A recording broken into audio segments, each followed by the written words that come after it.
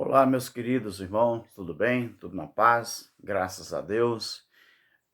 Eu sou o nosso irmão Alberto Lírio e você já me conhece, né? Nós estamos juntos na graça de Deus. Hoje é o dia de quarta-feira. Eu não tenho atividade no dia de hoje, graças a Deus. Nós fomos liberados, né? Nossa tarefa hoje, a nossa tarefa de hoje, né? Ela, graças a Deus, não caiu para nós na nossa escala. E eu quero deixar um agradecimento em primeiro a Deus, né, depois a vocês que estão do outro lado, né, para ouvir esse vídeo.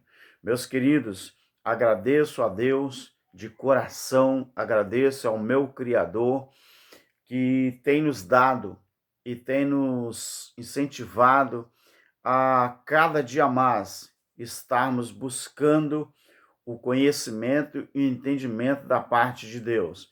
Eu quero pedir para você se inscrever no nosso canal, para você deixar o seu joinha, o seu like, né? E também você compartilhar a palavra de Deus e também você deixar os seus comentários, não é? Meu querido, eu quero pedir uma coisa para você. Eu tenho analisado a Bíblia, estudado a Bíblia, assim como muitos no Brasil e no mundo, principalmente os ensinadores da graça. Nós temos lido e procurado entender a palavra de Deus e nós estamos chegando a uma conclusão. Muitos crentes, muitas pessoas, eles vão ter que reaver os seus conceitos no que diz respeito à Bíblia, reestudar a Bíblia e vai ter que reaprender a Bíblia no que diz respeito a tudo que foi nos ensinado desde quando nós éramos crianças. E crianças é nos dois sentidos, tá? É no sentido espiritual e também no sentido físico. Éramos criança no entendimento e éramos criança também na idade, não é? No entendimento, éramos criança também quando nós ainda mamava, quando a gente tomava leite, mamadeira, e esse tempo acabou. Nós não estamos mais tomando leite, nós não estamos mais tomando mamadeira.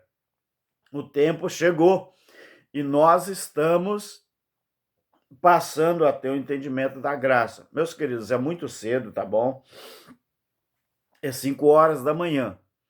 E eu tenho o hábito, né, como muitos brasileiros trabalhadores, o hábito de levantar muito cedo ou chegar cedo, né? Eu estou aqui usando uma camisa, meus queridos, presenteado pelo meu neto, né? Um dos meus netos, que eu tenho 6 netos, aqui está, né? Ser pai é uma honra, ser avô não tem preço. Ser pai é uma honra, ser avô não tem preço. Vamos partir para o vídeo?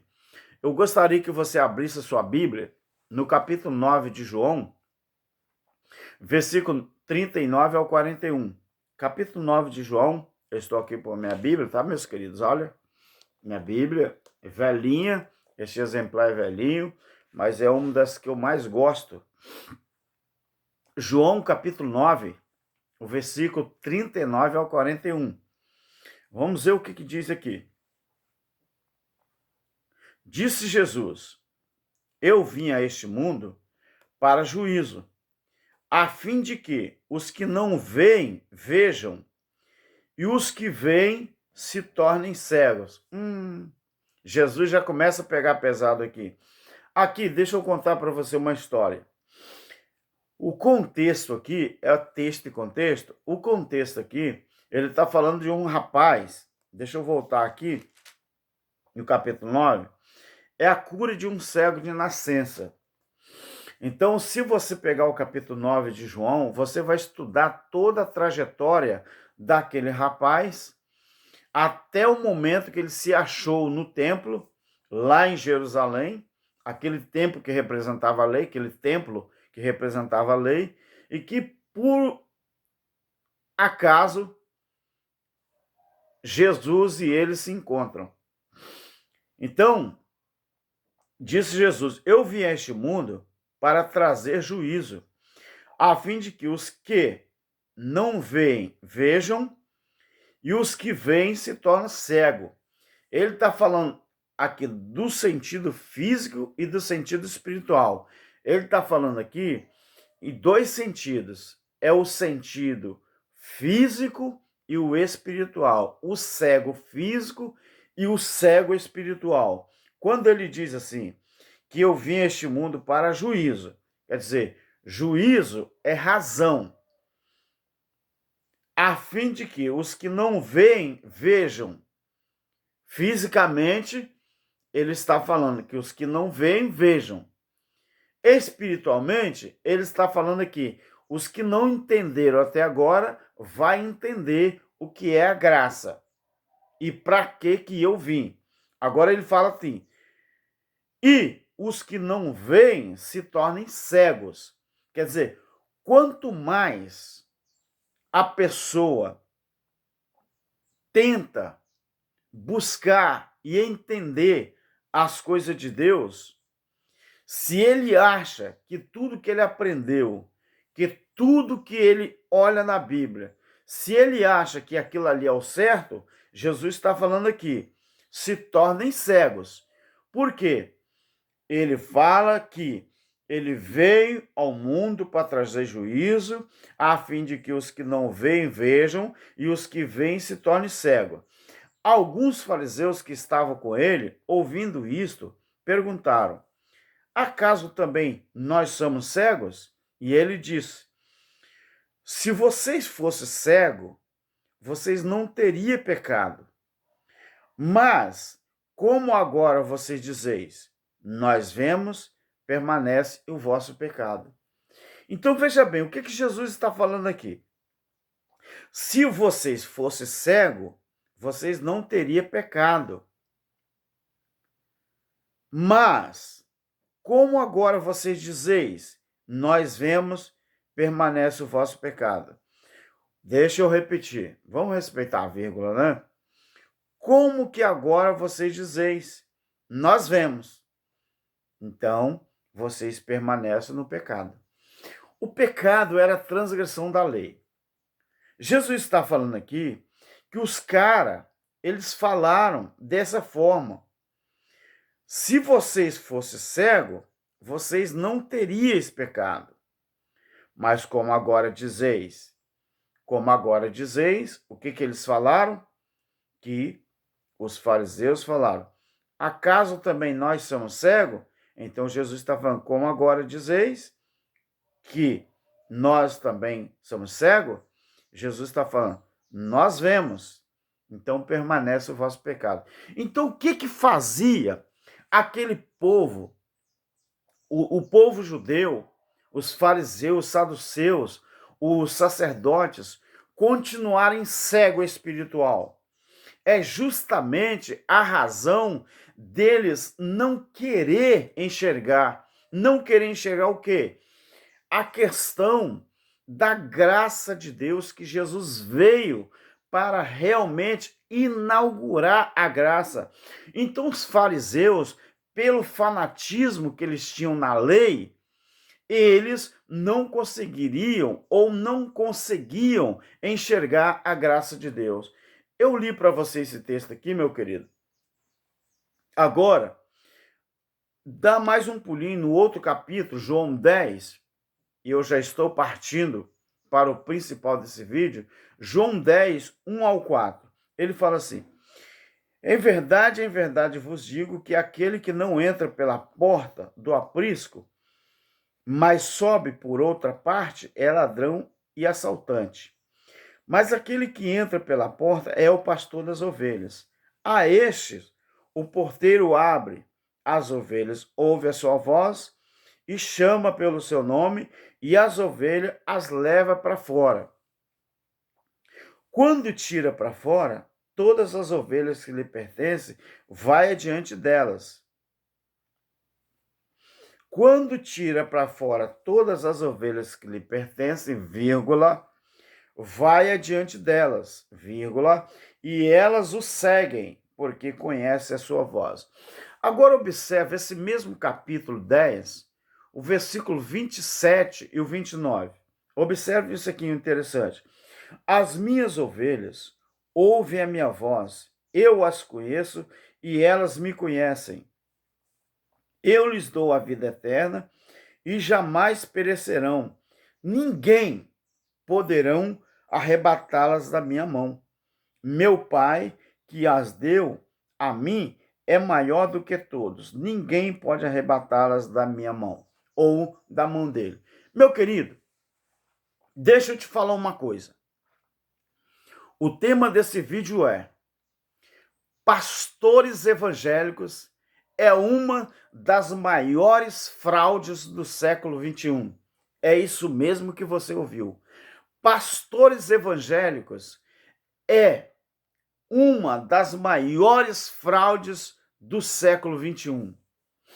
Eles, por que Alberto está falando isso? Porque eles contradizem a própria Bíblia. Eles querem enganar o povo, mas eles contradizem a própria Bíblia. Então, alguns pastores, quando vê esse vídeo, alguns pastores do sistema, eles vão falar assim, mas aonde que fica então Efésios capítulo 4, verso 11? Vamos abrir então Efésios 4, 11? Vamos. Pastores evangélicos é uma das maiores fraudes do século XXI. É isso aí que eu estou falando. Vamos então, porque nós temos que ler, porque se alguém ver esse vídeo, ver esse vídeo e também querer manipular a mente de vocês, vocês já vão poder então citar aquilo que nosso irmão Alberto está falando aqui. Então, vamos olhar Efésios capítulo 4, o versículo 11. Olha o que diz aqui então. Vamos ver? E ele mesmo deu uns para apóstolos, outros para profetas, outros para evangelistas e outros para pastores e doutores, tendo em vista o aperfeiçoamento dos santos para o desempenho do ministério, para a edificação do corpo de Cristo. Versículo 13. Leia. Como disse o nosso irmão abençoado pastor Geraldo, do canal Igreja em Espírito em Verdade. Olha o verso 13. Até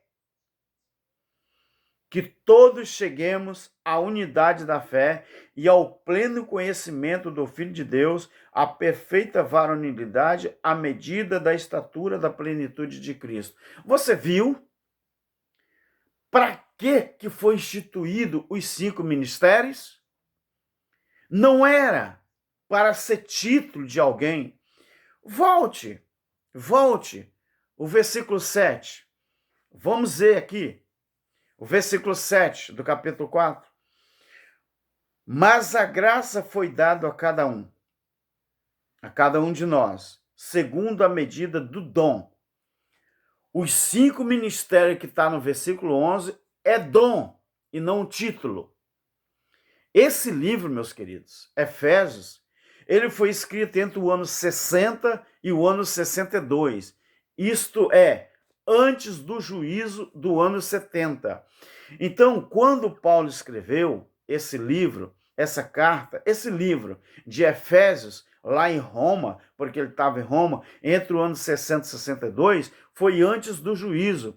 Vamos voltar aqui para você entender o verso 7. Vamos voltar. O verso 7.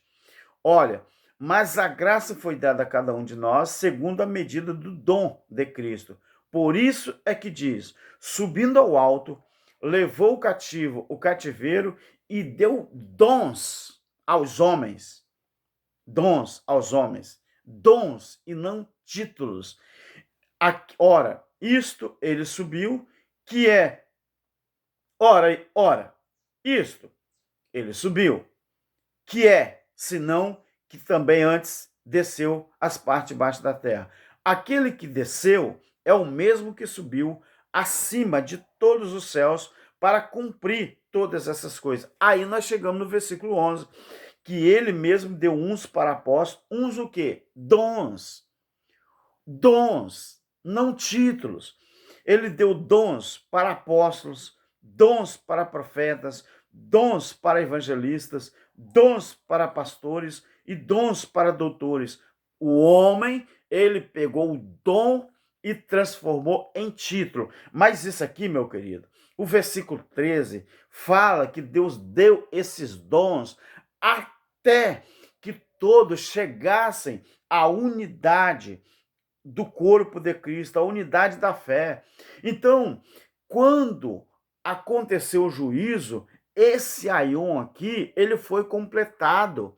Então, pastores evangélicos hoje que acham que é título é a maior fraude do século XXI, porque eles contradizem a própria palavra.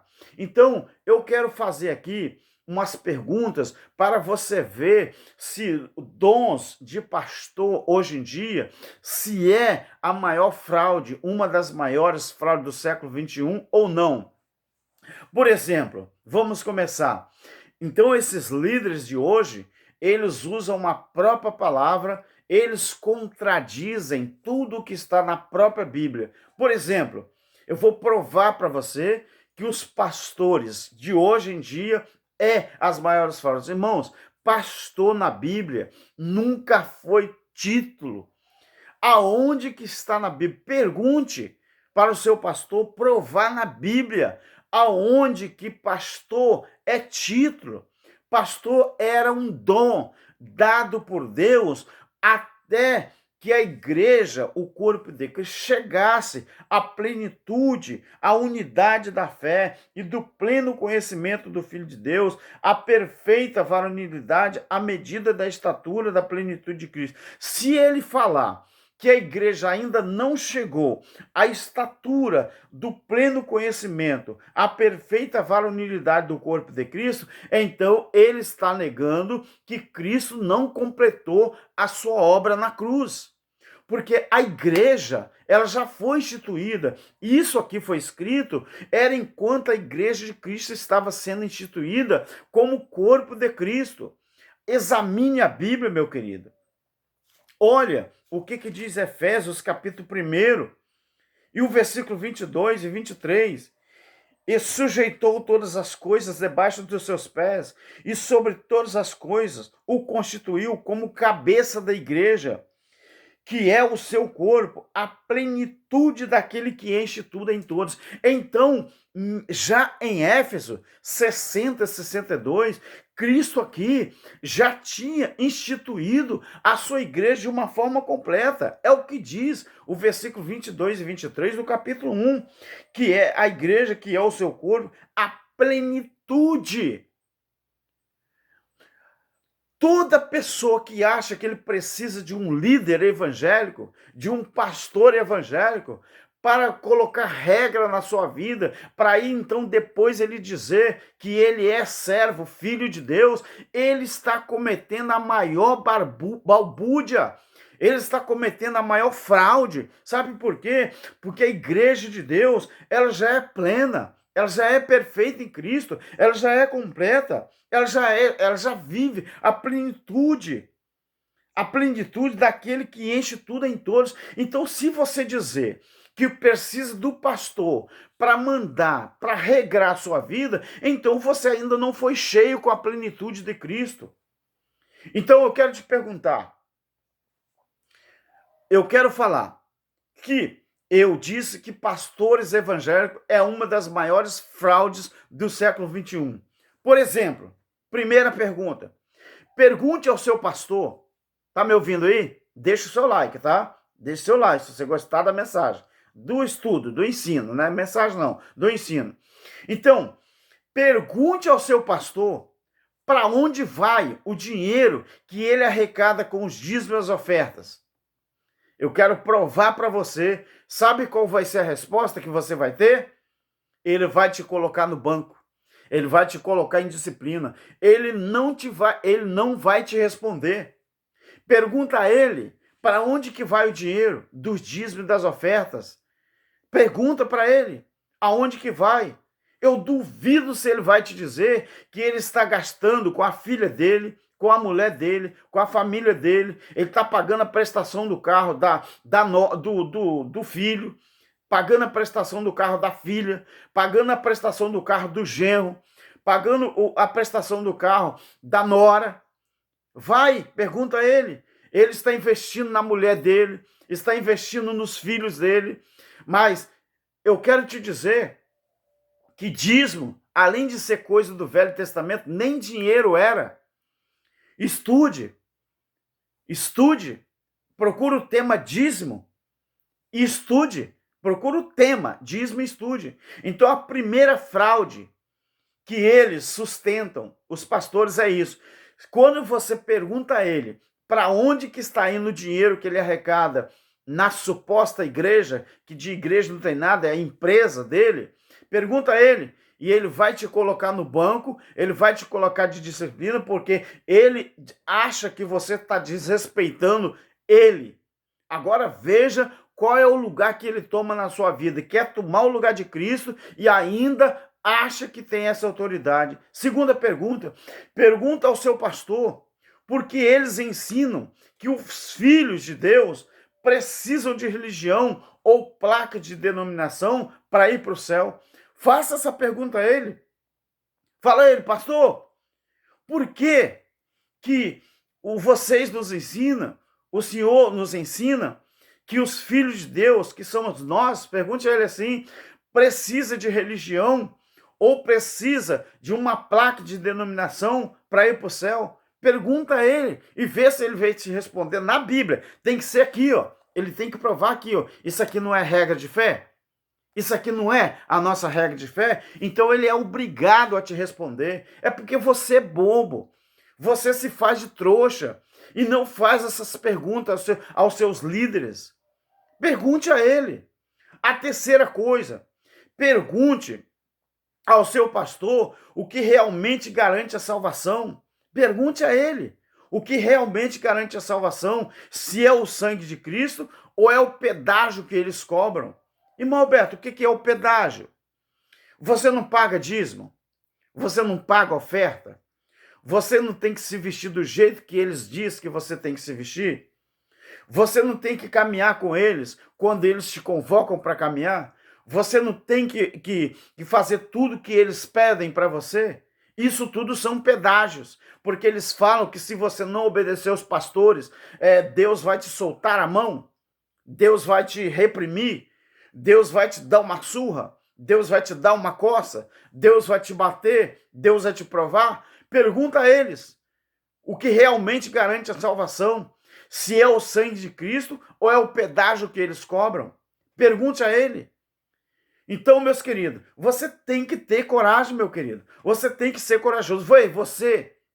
Você que pertence a uma denominação, você que pertence a uma religião, você que pertence a um clube, porque tem pastores que faz da igreja deles o clube do céu. O que é isso, irmão Alberto? Porque, meu querido, ninguém tem o direito de fazer da sua denominação ou da sua igreja, porque denominação é uma aberração, porque é tanta denominação, e sendo que a Bíblia diz que Deus é um, Deus é único. Então, uma denominação fala que são melhor do que a outra fala que é melhor do que a outra fala que é melhor do que a outra. Então, se Cristo é único, então por que existe tanta denominação? Por aí você já vê a grande aberração que existe. Então pergunte para o seu pastor. Vem cá, pastor. Vocês dizem que a salvação é através do sangue de Cristo. É através da graça. Então por que eu tenho que fazer tudo isso que o Senhor me pede? E se eu não fazer, o Senhor fala que Deus vai me sentar a mão. Afinal de contas, o sangue de Cristo então valeu para quê? Tenha coragem. Pergunta. O mundo todo, meu querido, está abandonando os templos religiosos, não é? Não é a igreja que está deixando de ir na igreja, não. A igreja, ela está deixando de ir nas empresas. Não é a igreja, as pessoas que estão deixando de ir na igreja, não. A igreja de Cristo, o corpo de Cristo, que está deixando de frequentar as empresas. Qual é as empresas? As empresas da religião, as empresas que arrecadam dinheiro, milhões. Quando não é milhões, é dezenas, é centenas de alguns reais, mas é o suficiente para você dar vida boa para o seu líder. É suficiente para ele formar a esposa dele na faculdade. É o suficiente para ele garantir o sustento da sua família durante gerações e mais gerações. Deixa de ser trouxa, deixa de ser besta, deixa de ser bobo. Acorda, povo de Deus. Como disse o nosso irmão Júlio Chaves, acorda, povo de Deus. Outra coisa, pergunte ao seu pastor onde que está escrito que ele tem que arrancar o sustento que os pais de família ganham para sustentar suas famílias e dar para ele. Quer dizer, o que o pai de família ganha para sustentar a sua própria família, o pastor diz que Deus manda dar para ele, em forma de dízimo, em forma de oferta. Quando o pastor falar assim para você, ei, a Bíblia diz, meus queridos, que o dízimo é bíblico, então pergunte a ele aonde que está escrito, em qual contexto que está escrito, e pergunte a ele, peça a informação a ele e manda ele te explicar aquela passagem do começo ao fim. E você vai ver que aquilo ali não tem nada a ver com os brasileiros, americanos, paraguaios, os argentinos e as outras nações. Aquilo ali foi instituído para uma única geração, uma única nação, a nação de Israel. Dízimo era válido enquanto existia a lei. Então, se você dizima, se você pratica as ordenanças da lei, então por que você não faz o sacrifício de animais dentro dos templos evangélicos também? Porque o dízimo tinha que ser acompanhado com sacrifício de animais. E dízimo não era dinheiro, era o saco de arroz, era saco de milho, era saco de feijão, era saco de ervilha, era saco de trigo. Tudo que os judeus, as 11 tribos, não eram as 12, tudo que as 11 tribos arrecadavam na roça, nas suas fazendas, 10% eles tinham que levar para o almoxarifado do templo, que é a casa do tesouro, na época chamada de casa do tesouro, almoxarifado. Assim como a prefeitura tem o seu almoxarifado para colocar lá todas as máquinas, caminhões, ferramentas, não é? Para fazer a manutenção da cidade. Então, assim era a Casa do Tesouro. Casa do Tesouro era como se fosse a Casa da Moeda no Brasil. E no Brasil também tem a Casa do Tesouro. A Casa do Tesouro é onde fica todo o PIB do país, é onde fica, vamos dizer, alojado ali a riqueza do país. Então, chama-se a Casa do Tesouro. Então, se você observar, meu querido, o que é o PIB? É o Produto Interno Bruto do nosso país. Então, se você observar, a Casa do Tesouro é como se fosse a Casa da Moeda, o Tesouro Nacional, aonde todo o dinheiro que o país produz, que o país fabrica, ele tem que circular em torno da riqueza que ele tem. Porque senão, se o país fabricar mais dinheiro do que existe lá no seu Tesouro Nacional, as reservas, então vai acontecer o quê? Uma super inflação, porque colocou dinheiro na rua, botou mais dinheiro do que as reservas que tem. Então assim era a Casa do Tesouro no templo judaico, não é? Então, todas as 11 nações tinham que depositar 10% de tudo que eles arrecadavam na roça para sustentar a tribo de Levi, porque a tribo de Levi, ela não podia trabalhar, ela não podia trabalhar fisicamente, tá? Trabalho braçal, porque essa tribo Deus separou para cuidar da boa ordem do templo. Então, tudo que era feito nas adorações, os instrumentos, né, as indumentárias, as vestes, as cortinas, né, tudo no templo, quem cuidava era os levitas. Então eles não podiam trabalhar, não podiam comprar terra, não podiam alugar terra, eles não podiam colher. Então, meu querido, se você dizer que o seu pastor ele é um levita, então você tem que provar que ele é da tribo de Levi. Seu pastor é levita? A esposa do seu pastor é levita? Então, se eles não são brasileiros, então por que que eles arrecadam dízimo? E ainda por cima, mais agravante ainda, eles arrecadam dinheiro. Se a igreja de Atos dos Apóstolos, ela cresceu em cima de doações. Mas estude capítulo 2, capítulo 4 de Atos, para que eram aquelas doações? Aqueles dizimistas do Velho Testamento, quando a gente chega em Atos dos Apóstolos, é os mesmos dizimistas do Velho Testamento, são os mesmos judeus. Mas olha como é que agora muda a forma de doação. Quando o templo cai, lá em Jerusalém, no ano 70 DC, então quando é registrado o Ato dos Apóstolos, Lucas registrou, então você vê que aqueles mesmos judeus que dizimavam o endro, a comia a hortelã, quando chegam em Atos dos Apóstolos, eles já começam a dividir entre a comunidade necessitada. Não é mais dízimo daquela forma do Velho Testamento. Agora é tudo que eles tinham, aqueles judeus que iam se convertendo ao cristianismo, a Cristo, a graça, né? Não plena ainda, porque Paulo estava iniciando a graça, então eles se convertiam e iam vendendo as suas propriedades, suas fazendas, e ia dividindo com os que nada tinham. Pergunte ao seu pastor se ele tem coragem de vender o carro dele, se ele tem coragem de vender o patrimônio do templo, que não é a igreja, e dividir com as pessoas pobres. Pergunta para ele se o dinheiro que os membros levam lá para o budismo, se ele tem coragem de pegar 100% do dízimo e comprar cesta básica, remédio, pagar talão de água dos pobres, pagar talão de luz daquele que não tem condições de pagar. Pergunta a ele se ele tem coragem de fazer isso. Então, meu querido, pergunte ao seu pastor onde que está escrito que tem que arrancar o sustento dos pais de família, que eles ganham para sustentar a sua própria família, e dá para ele, dá para o pastor, dá para a suposta igreja dele. Pergunta a ele onde que está escrito isso. Se a Bíblia é regra de fé, ele vai ter que provar onde que está, mas ele não consegue provar. Sabe por que não consegue? Porque pastor evangélico é uma das maiores fraudes que existe no século 21. Outra coisa, pergunte ao seu pastor por que eles ensinam que fora da religião não há salvação. Pergunte a ele por que ele ensina que fora da religião não há salvação. Pergunte, e eu vou te provar na Bíblia aonde o único lugar que existe salvação não é na religião e nem é nas denominações. Você está sendo enganado, assim como eu fui durante muito tempo. Quando meu pai se converteu ao evangelho, eu tinha 6 anos de idade. Hoje eu estou com 55 anos.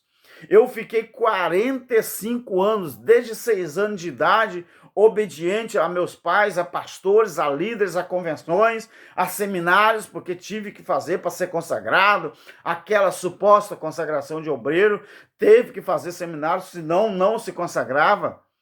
Então, pergunte ao seu pastor aonde que está escrito que por que eles ensinam que fora da religião não há salvação. Pergunta a ele, manda ele provar na Bíblia. Ele não vai provar, porque pastor é uma fraude. E esses pastores que estão me ouvindo têm que aprender isso. Vocês têm que, basta torcer, meu filho. Vocês têm que ir para a Bíblia. Assim como nós, os ensinadores da graça, vocês não falam que a gente está ensinando heresia? Vocês não dizem que tudo que nós falamos é heresia? Como que é heresia se nós estamos provando com a Bíblia? Heresia é o que vocês ensinam aos seus membros para eles continuar presos ao sistema. Eu li João. Você viu o que Jesus faz? Ele falou que ele é o bom pastor, porque a característica do bom pastor, ele está ensinando. Ele entra no templo, lá tem um porteiro, ele chama as suas ovelhas, tira as suas ovelhas do templo para fora, as suas ovelhas seguem, e essas ovelhas lá fora, eles vão ter vida e vida com abundância, e vão ter pastagem. Dentro do templo, sabe qual é o capim que você come? É o capim seco. E sabe dado por quem? Dado pelo seu líder, dado pelo seu pastor. Aquele capim ali não tem vitamina, não tem proteína, não tem nada disso. Aquele capim é seco. Mas a ovelha ela tem uma característica. Ela pasta, ela come o pasto com a cabeça baixa. Mas de vez em quando ela levanta a cabeça e faz assim, ó. Ela olha para um lado e olha para o outro. Sabe por quê? Porque se a ovelha vê capim novo, ela dá vontade de comer, mas só que ela não pode ir para lá não. Sabe por quê? Porque tem uma cerca. Sabe o que é essa cerca? Chama-se religião. Ovelha de Deus, como ovelha é um título dado para os judeus. Nós, na graça, não temos título de ovelhas. Nós não temos esse título. O título que nós temos é filhos de Deus. Eu não sou ovelha, não, meu querido. Porque a Bíblia diz que ovelha é característica dos judeus. Jesus falou: eu vim somente para as ovelhas perdidas da casa de Israel. Os judeus, sim, que precisavam de um pastor, precisavam de um líder, porque eles estavam presos à lei. Então eles precisavam de um pastor que arrancasse eles de dentro do templo. É tanta verdade, meu querido, que aquele templo que existia, que representava o símbolo da lei, ele caiu, ele ruiu. Então a graça foi inaugurada, a sua totalidade máxima. Eu ia dizer, a todo vapor. Então a graça só foi inaugurada realmente depois do juízo, no ano 70 DC. Estude história, meu querido. Estude história. E você vai entender a palavra. Então, olha o que diz Atos 4 e 12. Atos 4, 10 e 12. Olha aqui o que fala. Seja conhecido de vós todos e todo o povo de Israel, que em nome de Jesus Cristo, o Nazareno, aquele a quem vocês crucificaram, mas a quem Deus ressuscitou dentre os mortos, em nome desse é que está, em nome desse é que este está são diante de vós. Ele é a pedra que foi rejeitada por vocês, que aqui está vós, mas como eu estou no futuro e aqui está no passado, eu posso usar o verbo vós. Ele é a pedra que foi rejeitada por vós, foi rejeitada por vocês, os edificadores, a qual foi posta por cabeça de esquina. Em nenhum outro há salvação, pois debaixo do céu nenhum outro nome há dado entre os homens pela qual devamos ser salvos. Viu? Como é que, além do seu pastor mentir para você, a religião mentir para você, o sistema religioso mentir para você, porque eles ensinam a você que só existe salvação na religião, nas denominações, mas a Bíblia diz que é mentira. A salvação, ela só se encontra em Cristo, só em Cristo. Salvação é uma a religião é uma negação. Sistema religioso é uma negação. Tá bom, meu querido? Estão te ensinando errado e você não quer aprender com a palavra de Deus. Sabe por quê? Fizeram uma lavagem cerebral em você e você acredita até hoje. Outra coisa, pergunta ao seu pastor por que eles não ensinam aos seus comandados que o verdadeiro adorador na graça, a comunhão com Deus, nada tem a ver com religiosidade. Pergunta a ele por quê. Por quê? Pergunte a ele por que eles ensinam dessa forma. Por quê, meu querido? Por quê? O verdadeiro adorador nada tem a ver com religião e nem com sistema religioso. O verdadeiro adorador, ele não adora a Deus no templo físico, não, meu querido. Quem tinha hora marcada e o local específico para adorar a Deus eram os samaritanos. Lembra de João 4? Estude João 4 e veja ali o diálogo que Jesus está tendo com a mulher samaritana. Ela perguntou a Jesus: nós que somos samaritanos, nós adoramos neste monte em Gerizim, porque era em Samaria, o monte Gerizim era, não é em Samaria. E ela falou: e vocês que são judeus, se referindo a Jesus, vocês dizem que nós temos que adorar a Deus no templo. E o Senhor, o que o Senhor me diz? Que o Senhor é profeta e é judeu? Jesus falou: a hora vem e já chegou em que os verdadeiros adoradores adorariam ou adorarão, porque eles estavam jogando para os séculos futuros, em espírito e em verdade. Porque Deus é espírito, importa que os que o adorem em espírito e em verdade. Não pergunte, meu querido, ao seu pastor isso. Por que eles ensinam aos seus comandados, a vocês, que é o comandado deles, que o verdadeiro adorador na graça, a comunhão com Deus, nada tem a ver com religiosidade? Pergunte a ele por que eles ensinam o contrário. Pergunte e vê se ele vai te responder. Então, sabe por quê, meus queridos? Eu vou te responder. Sabe por quê? Porque só na religião é que você consegue manipular as pessoas. O seu pastor não vai te falar a verdade. Ele vai te dizer que só dentro do templo físico é que consegue adorar a Deus. Porque só lá, meu querido, que as pessoas são manipuladas. É dentro dos templos que é a rede. É dentro dos templos que Jesus está interessado em tirar as pessoas de lá. João capítulo 10. Ele fala, eu sou o bom pastor, eu tiro as minhas ovelhas, eu arrebato as minhas ovelhas de lá, eu puxo elas para fora. E outra coisa, Jesus está falando que as ovelhas de Deus, Deus deu a Jesus, o povo dele, então, e ninguém tira da mão dele. Mas a religião nos ensinou que nós perdemos a nossa salvação. Eles não dizem que se nós não der o dízimo, não seguir religião, não obedecer o pastor, eles falam que a gente perde a salvação. Olha que mentira. Jesus está falando que não. As ovelhas, as pessoas que Deus deu a ele, ninguém arrebata da mão dele, porque é dele e ele não dá a ninguém. Então você observa isso. Então, meu querido, só na religião é que se consegue manipular as pessoas. Outra coisa, você tem que observar uma outra coisa que eu quero dizer para você. Na religião, eles falam mais em dinheiro do que na própria salvação. Você já parou para pensar isso? Na religião, ouve-se mais falar em dízimo, ofertas, campanha, porque toda campanha tem que rolar dinheiro.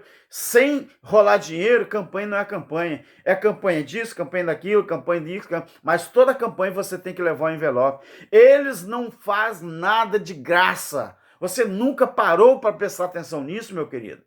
E eu te pergunto, onde que Deus e onde que Jesus se encaixa nisso? Em lugar nenhum. Em lugar nenhum. Deus é soberano. E você sabia que a igreja de Deus também é soberana? Ou você não sabe o que significa soberania? Soberano ou soberania é você ter opinião própria. O nosso país é soberano. O nosso país é soberano. Por quê? Porque aqui os presidentes não deixam as outras nações interferir nas decisões do Brasil, nas decisões do país. Então a igreja, ela é soberana, assim como Deus é soberano. Olha o que o sistema religioso tem querido fazer com Deus. Eles querem que Deus seja manipulado a ponto deles mandarem Deus. É isso que a religião está fazendo. Então, meu querido, na religião só se fala mais em dinheiro do que na própria salvação. A sétima pergunta que eu quero fazer, a sétima coisa que eu quero falar. 5, 6, 5, 4, 3, 2, 1. 7.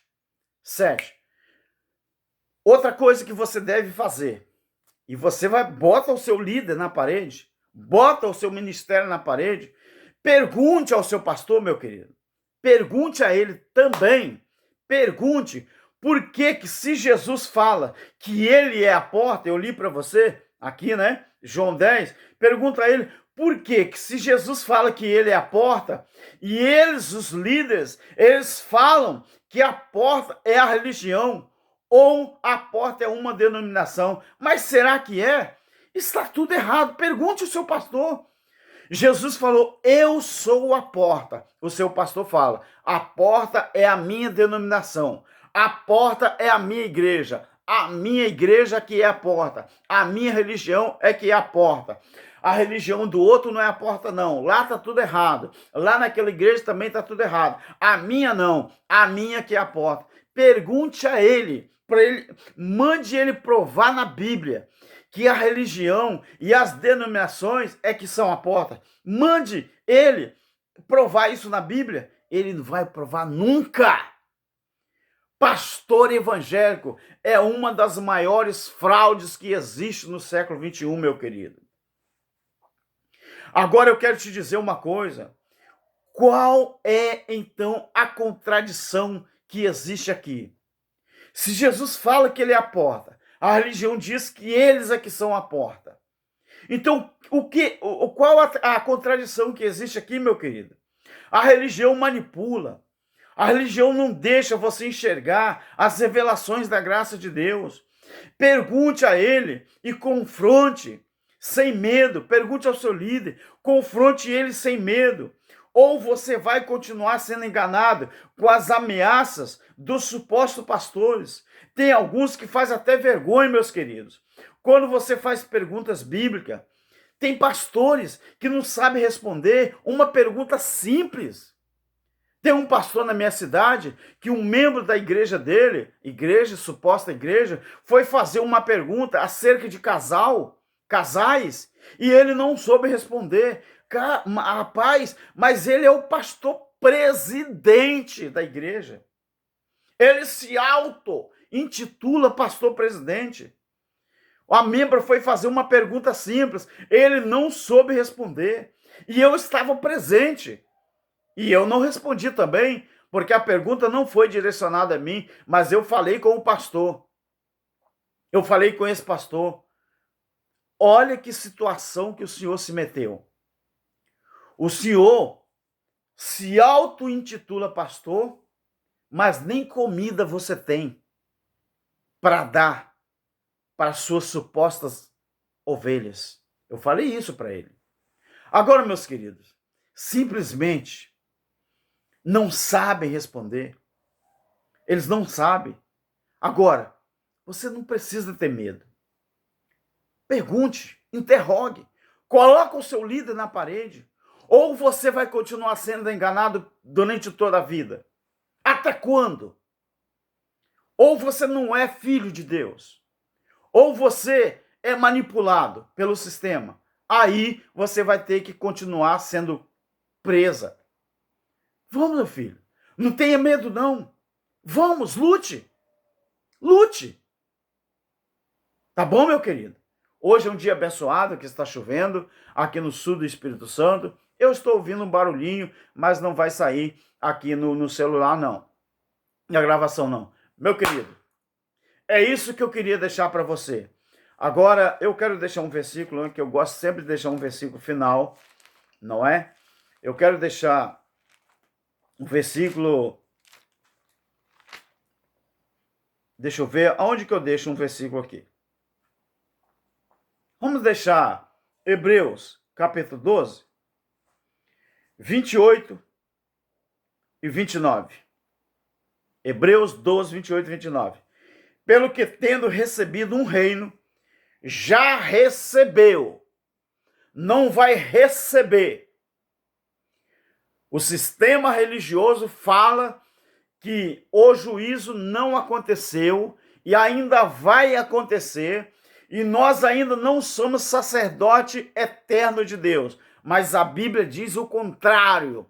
Eu estou lendo o que está escrito para você depois não ficar falando que os irmãos da graça pregam mentira e ensinam heresia. Nós estamos lendo. Você que tem que ficar envergonhado, porque você continua ensinando heresia ao seu povo, aos seus comandados, e não aceita as revelações da graça. Hebreus 12, 28 e 29. Pelo que, tendo recebido um reino que não pode ser abalado, retenhamos a graça pela qual sirvamos a Deus agradavelmente com reverência e santo amor, porque o nosso Deus, ele é fogo consumidor. Nós já somos sacerdote altíssimo do nosso Deus. Tá bom, meu querido? O reino de Deus, ele já foi estabelecido e está dentro de cada um de nós. Aquilo de bom ou do bem que eu faço, eu estou exalando o corpo de Cristo, o perfume de Cristo, e estou fazendo as pessoas verem o reino de Deus dentro de mim, porque é com meus atos que eu manifesto o reino de Deus. Isso é o reino de Deus. Lucas 17, 20 e 21. O reino de Deus, Jesus falou que está dentro de cada um de nós e não fora de nós, está dentro. Então, tudo que eu produzo, os frutos do Espírito que vem daqui, é devido o reino de Deus está dentro de mim e eu espalho para o mundo inteiro, através da palavra, dos ensinamentos da graça, o reino de Deus que está dentro de mim e dividindo com todas as pessoas. Agora, quem não vive o reino, não pode dividir o reino. Quem não vive o reino não pode compartilhar o reino. Por quê? Ao invés dos frutos do Espírito, eles estão exalando os frutos da carne. Isso é que é terrível. Fica na paz, graça e paz para você. Não deixe de se inscrever e não deixe de deixar o seu joinha, tá bom? E os nossos irmãos em Cristo, meus inscritos, eu agradeço de coração. Amém? Fique na paz.